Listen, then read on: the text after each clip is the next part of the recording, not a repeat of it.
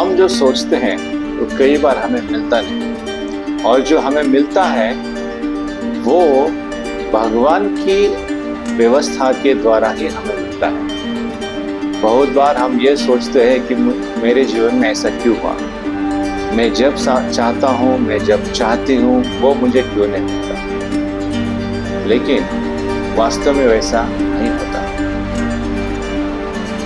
मैं आपको एक स्टोरी बताना चाहूँगा। भूमि चौहान जो यूके बेस्ड एक लड़की थी, जो एयरपोर्ट में आने के लिए उसको देर हो गई और उसको लंदन जाना था। उसने वहाँ के अथॉरिटी को बहुत रिक्वेस्ट की कि मुझे फ्लाइट में जाने दो, मैं ट्रैफिक के कारण लेट हो गई या इस कारण लेट हो गई। बहुत रिक्वेस्ट की, लेकिन उसकी जो वहाँ पे जो अथॉरिटी है, उस अथॉरिटी ने उसको जाने नहीं दिया। बहुत प्रयास किया उसने, वो रोने लगी, रिक्वेस्ट की, लेकिन अथॉरिटी ने उसको जाने नहीं दिया। बेचारे एक जगह पे बैठ के रोने लगी। 10 मिनट के बाद उसको ये सूचना मिली कि जो प्लेन जो लंदन जाने वाला था वो पूरी तरह से क्रैश हो चुका है।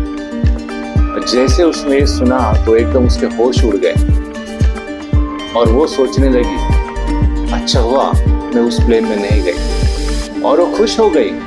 वही लड़की जो 10-15 मिनट पहले रो रही थी कि मुझे उसी प्लेन में जाना है, रिक्वेस्ट करी तो अथॉरिटी को मुझे जाना है, वहां जाना है, लेकिन वही लड़की कुछ ही समय के बाद वो खुशी के मारे झूमने लगी और सोचने लगी, अच्छा हुआ मैं उस प्लेन में नहीं गई, अच्छा हुआ मैं लेट आ गई, अच्छा हुआ मुझे यहाँ की अथॉरिटी ने जाने के लिए मना किया।